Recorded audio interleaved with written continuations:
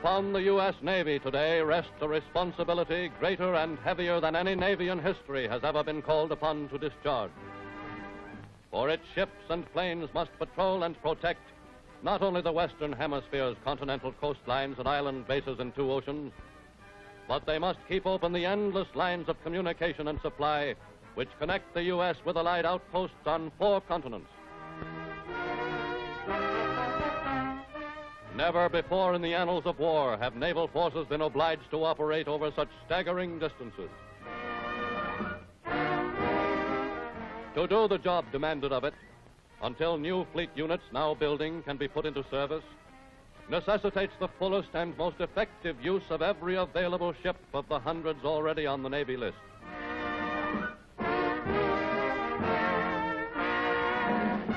From its own operating bases in the Western Hemisphere, and from new bases now being established overseas, units of the fleet are playing their indispensable part in the war.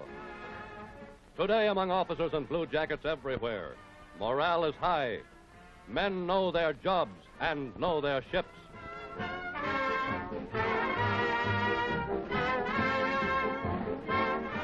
For in the years before war, the Navy's growing personnel, carrying out an exacting schedule of tactical and gunnery exercises, had been developing a high degree of skill and efficiency, while the Navy itself was rapidly expanding.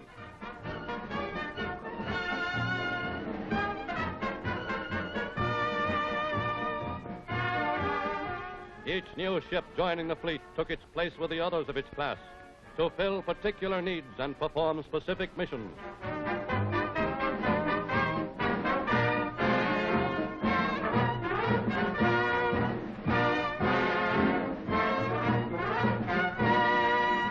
And in support of its ships at sea, the Navy was building upon shore a vast and widespread organization of supply and repair. For without access to sources of fuel and ammunition, a man of war is of little use. Today, workmen and naval personnel at yards and bases all over the world share the responsibility of keeping the ships of the U.S. and Allied fleets at a peak of readiness and effectiveness. As a matter of routine, before combatant ships put to sea, their magazines and storerooms are loaded to capacity, and their fuel and fresh water tanks topped off almost to overflowing. Every time a naval vessel puts into a base, full advantage must be taken of every minute of its stay to make needed repairs and take aboard general stores. For every ship of the line is a fighting machine which, like any other mechanism, must have continuous care and service. But for the vast distances naval vessels must cover in today's war, supply is a grave problem. To extend the fleet's range of operations beyond reach of its bases is the job of the Navy's lesser-known ships, the faithful and invaluable ships of the train.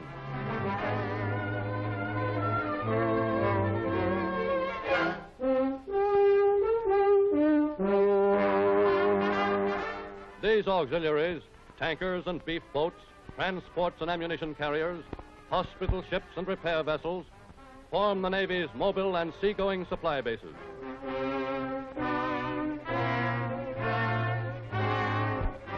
With the enemy temporarily in control of most of the sources of petroleum in the Far East, all the enormous requirements of the armed forces operating in the Southwest Pacific must be met by tankers, traveling over thousands of miles of dangerous sea routes.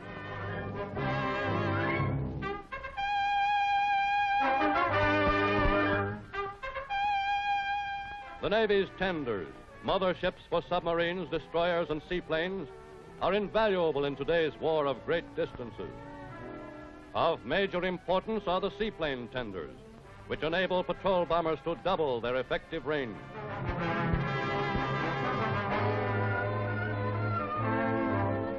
Making full use of the facilities of nearby yards and bases are scores of miscellaneous naval craft, all with special jobs, like minesweepers. The odd-shaped net tender, whose job it is to open and close the gates of anti-submarine nets.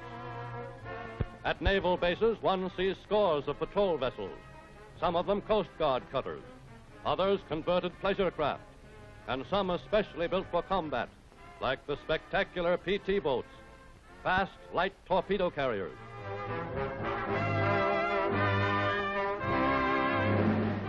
But all the ships and bases of the Navy merely augment and support the battle line. Still the measure of a nation's sea power. Most formidable engine of death and destruction in existence, the battleship is designed and built to deliver maximum gun power anywhere at any time.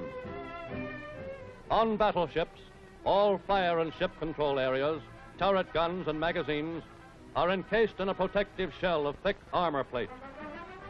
In addition to the main battery of large caliber guns and the secondary batteries, battleships have dual-purpose guns for defense against aircraft and light surface attacks.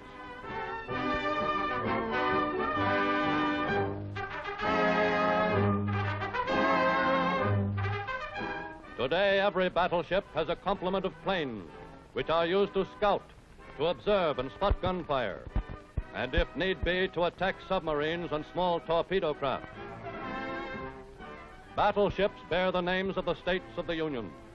Each ship a vast seagoing community with a population numbering over 1,400 officers and men. The battleship alone, properly screened and with support in the air, can carry continued and concentrated destruction to the enemy on his own ground. Second in importance to battleships are cruisers. Those with guns greater than 6 inches are heavy cruisers. Those with guns 6 inches or less are light cruisers. They have a crew of about 700 officers and men. In the square sterns of modern cruisers is a hangar for scout and observation planes. Cruisers are heavily armed but lightly armored. Their principal characteristic is speed combined with tremendous gun power.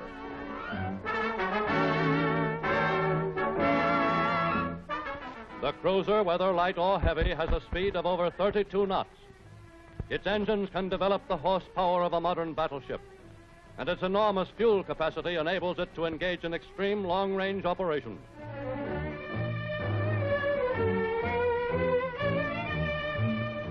Cruisers are named for American cities, like New Orleans and Nashville, Milwaukee and Marblehead, Pensacola and Portland. When with the fleet, they act as protective screening force for battleships. Together with planes, they are the eyes of the fleet, its scouting force.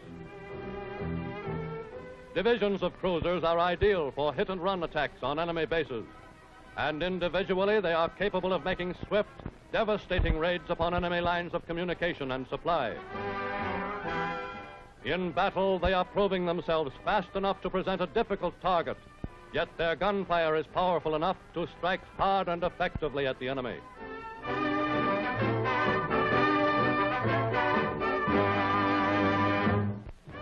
Most numerous of all the Navy ships of the line are its destroyers.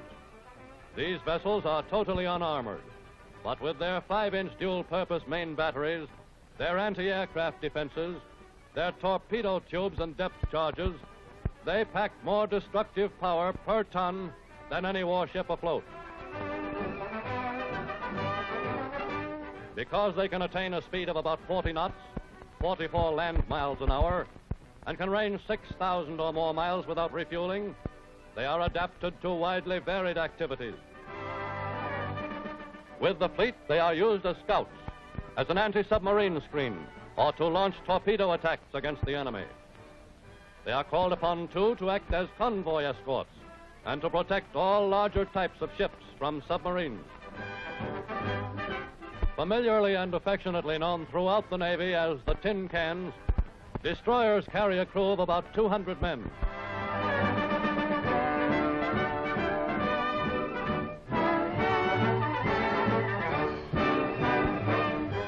These ships are named for the Navy's distinguished dead, like John Paul Jones, Farragut and Dewey, Mahan and indispensable to the protection of the battle line, and a new and necessary factor in any naval offensive, are aircraft carriers. Huge floating airports, whose hangars and flight decks can accommodate almost 100 combat planes of various types. Flight operations and ship control are centered in a so-called island, the carrier's superstructure. Though equipped with batteries for defense against attack, either from light surface craft or from the air, The aircraft carrier relies heavily upon the protection afforded by her own squadrons of fighter planes. These great new ships, whose crews number about 2,000 officers and men, are nicknamed the Covered Wagons. They bear names old and illustrious in U.S. history, names of early battles like Lexington, Saratoga, and Yorktown.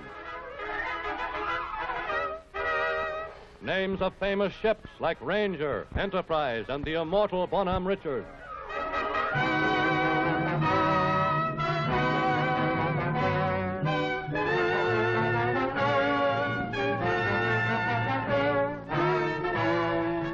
Smallest and most compact of all seagoing warcraft, the submarine is the guerrilla fighter of the Navy, whose effectiveness lies in its ability to launch surprise torpedo attacks.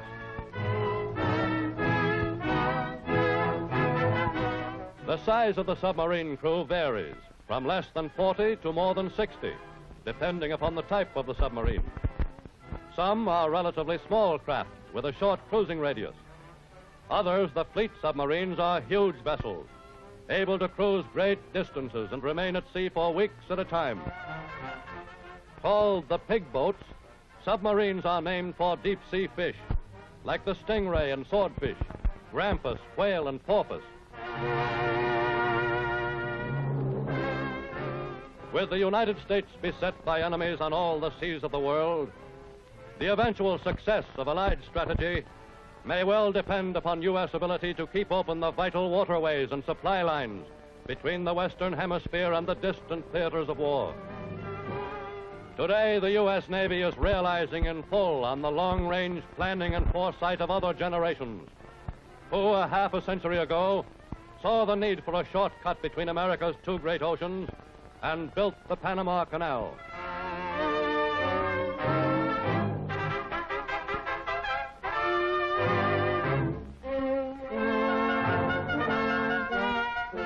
For example, today, if a division of first-line battleships operating in the Atlantic is needed in the Pacific, 8,000 miles and a whole month of precious time is saved by the 8-hour transit of the Panama Canal, whose locks are wide enough to permit the passage of the largest man of war.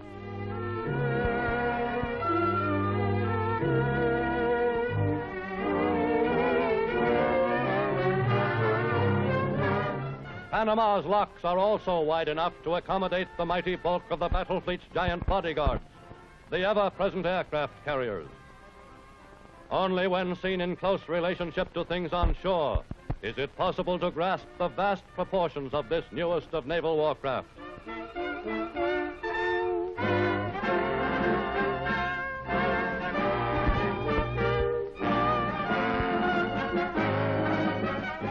At sea in time of war, its scores of planes are spotted on the flight deck, ready to take off at a moment's notice. The carrier passing through the canal seems a ponderous and peaceful craft.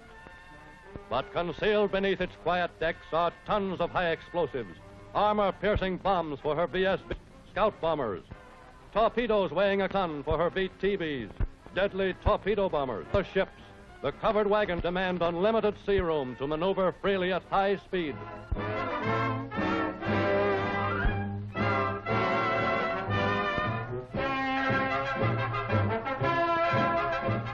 A call to battle stations transforms an aircraft carrier with startling suddenness. Within seconds, the ship's organization is functioning with perfectly calculated speed and precision. Captain, pilots, and aviation mechanics, all hands know exactly what to do.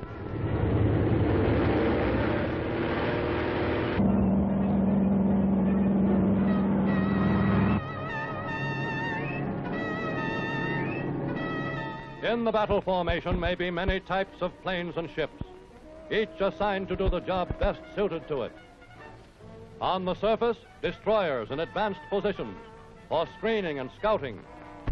Far in the rear, ships of the train, the invaluable services of supply and repair. To protect the main battle line from submarine and air attack are cruiser divisions, fast and powerful in assault.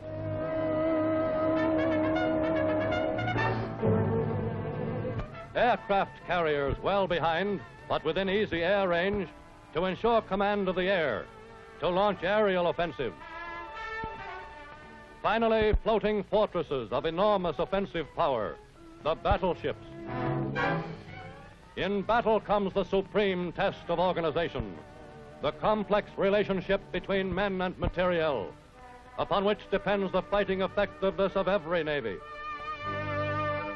When fighting units of the fleet stand out to sea on battle missions, they are fulfilling the one purpose for which the Navy was conceived and built, for which the whole organization exists, for which every officer and bluejacket has been training from the day he joined the service.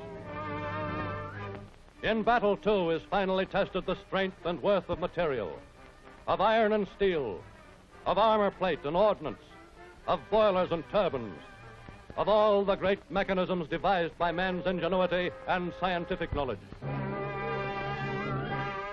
And inevitably, the day is coming when the massed striking force of the United States Navy, its ships, its planes, and its men, will participate in the final reckoning, when the combined navies of the Axis enemy, driven into the open, are joined in battle to be finally destroyed.